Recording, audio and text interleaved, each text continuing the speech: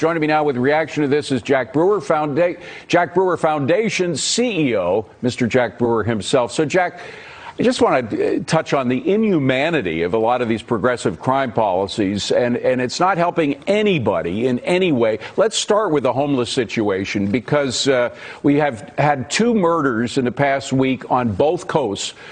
One in Los Angeles, where a woman was stabbed to death when she was alone in her business, a furniture business. Another on the East Coast in New York City, when a woman on her way to work for Deloitte, was pushed in front of a train. Both of these, the alleged perpetrators of these incidents, were homeless people.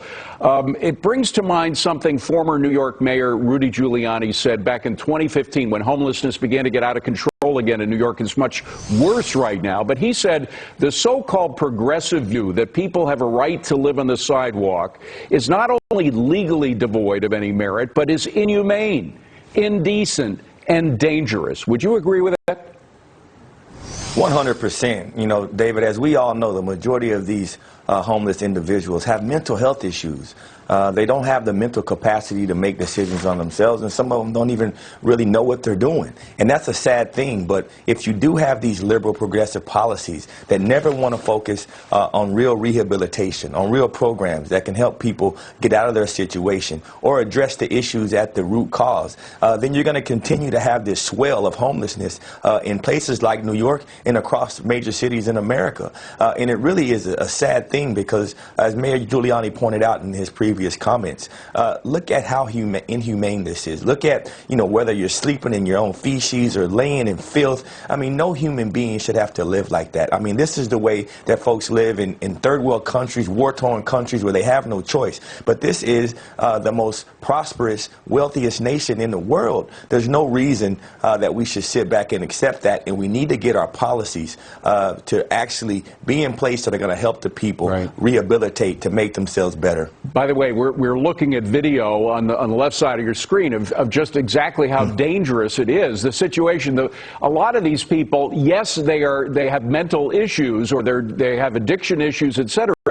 But that doesn't mean it's okay to just leave them on the street. That is not inhumane, and it's not safe for the community. Rudy Giuliani gave us a template for how to deal with it. He sent police out with social workers, and the social workers would evaluate exactly what the problem was, whether they had drug issues, whether they needed a job, whether they needed a place to spend the night. And the cop would say, look, you have several options here that was just laid out for you by the social worker, but one of those options is not using the sidewalk as your bedroom and your bathroom. That is not an option, period.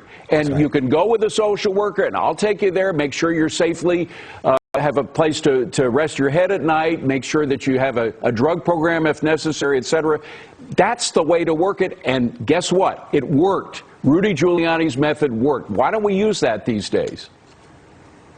We have to get back to it. I think, folks like the new mayor of New York has got to really step up. Law and order has to be first and foremost. Nothing else, and you cannot go in it with a soft, cushy feel. You got to give people choice. And listen, you cannot be on the streets making it unsafe for the innocent taxpayers. That is first and foremost. I think these type of policies you're going to start to see happen. I think Mayor Adams understands it. As a former law enforcement member himself, he knows that he has to establish law and order again, because if you think about it, if you don't do it, then your tourism is already declining, your economy is already struggling, and so to get New York back to being that city of hope for the entire world, he's got to clean up this act, because just people seeing and watching what's happening in the streets of New York is causing people not to have grace and not to have empathy, and that's not what we need. We need to be loving America that goes out and helps pull up the bottom. In order to do that, we need to have real law and order, but more importantly, we need to have action that gets to the root cause, and you do that through rehabilitation, as you mentioned, David. Well, and you're not just talking the talk, you walk the walk. Your foundation is involved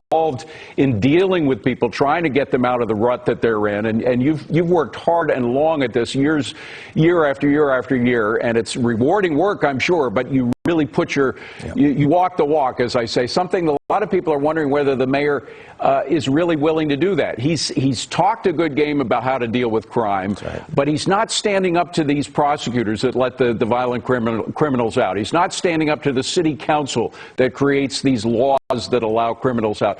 He's got to do that. He's got to develop a little more backbone, no? He does, and at the end of the day, it's been done before. Yeah. Like you said, Rudy Giuliani cleaned that city up. It's not like he doesn't have a blueprint to go off of. A lot of times when you're solving issues that no one has had to face, it may be a little more challenging. But he has the blueprint for New York City, and he must act now. It's not right. It's not fair to these business owners that have poured their hearts and souls and their livelihoods into creating their businesses to have to sit there and have to bring on 3 or 4 security guards just to watch their small business. This can't happen. It's not sustainable, and for the people of New York City don't deserve that. And so I hope he wakes up. I hope we all pressure our politicians and our community leaders to be accountable, because that's what it comes down to. No matter if you're the homeless person on the street or you're the mayor running the city, we got to get accountability back in our country. Jack, we got to go, and I don't want to sandbag you here because I know you got a lot on your plate. But if he was to call you, if he was to call Jack Brewer and say, Jack, would you help me with this? Would you have time to do that?